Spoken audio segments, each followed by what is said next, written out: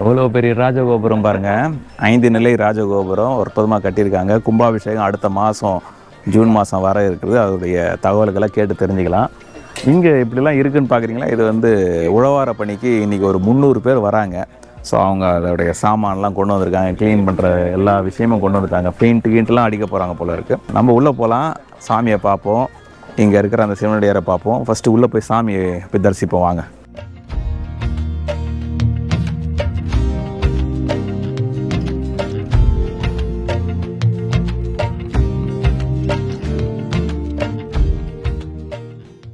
திருப்பணி நடக்கிறதால கோயில் சாரெல்லாம் கட்டியிருக்காங்க. நம்ம மூலஸ்தானத்துக்குள்ளே போய் பார்ப்போம் வாங்க.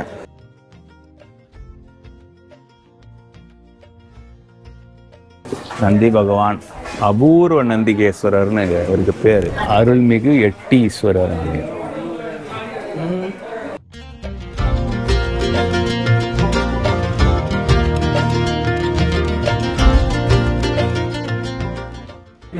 அதிகமாக போனதில்லை. நம்ம டிஸ்ட்ரிக்ட்ல இவர் ஒருத்தர் மட்டும் தான் ஸ்கொயரா இருப்பாரு. நம்ம கோயிலே யானை மாதிரி இருக்கும். இதை சுற்றி பார்த்தீங்கன்னா யானைக்கு பின்னாடி எப்படி கஜ பிரதிஷ்டை வடிவில் ஒரு குழந்தை பேரு, தொழில் தடை, திருமண தடை எது வந்தாலும் இவர்கிட்ட வேண்டிக்கணும்னா உடனே சீக்கிரமா போயிடும். மற்ற கோயிலுடைய என்ன சொன்னா நம்ம எந்த சுவாமியும் நினைச்ச உடனே பார்த்துடலாம். இவரை மட்டும் இவரை நம்ம நினைச்சா கூட சரி, அவரு நினைச்சா நம்ம பார்க்க முடியும். இல்லைன்னா நிறைய பேர் எவ்வளோ பாதியில் ஃபோன் பண்ணுவாங்க, வந்துட்டுவாங்க, அப்புறம் கேட்டால் இல்லை வர முடியல, நேற்று கூட வர நாங்கள் வரல, இன்னி தான் வரேன் அந்த மாதிரி அவர் நினைக்கணும். எப்போ நம்ம பார்க்கணும் அன்னைக்கு தான் அவர் பார்க்க முடியும். வேற ஒன்றுமே இல்லை. அம்பாள் பெரிய எழிலார் கோயில். எழில்னா அழகு, அறிவு ரெண்டுமே இருக்கு. அந்த அம்மா பார்க்கறது அந்த அதோட அம்சமாகவே இருப்பாங்க. பார்த்தீங்கன்னா தெரியும், ரொம்ப அழகாக இருப்பாங்க.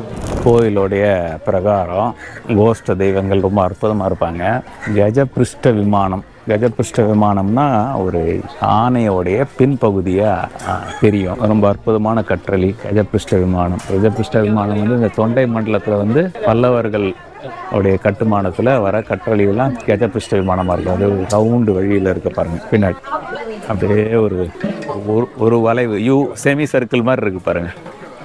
இப்படி கஜபிருஷ்ட விமானத்தில் உள்ள கருவறையும் அந்த செமி சர்க்கிளாக இருக்கும். அப்போது அந்த சாமியை தரிசிக்கிறோம், அந்த கருவறையில் சாமி தரிசிக்கிறோன்னா ரொம்ப விசேஷம்.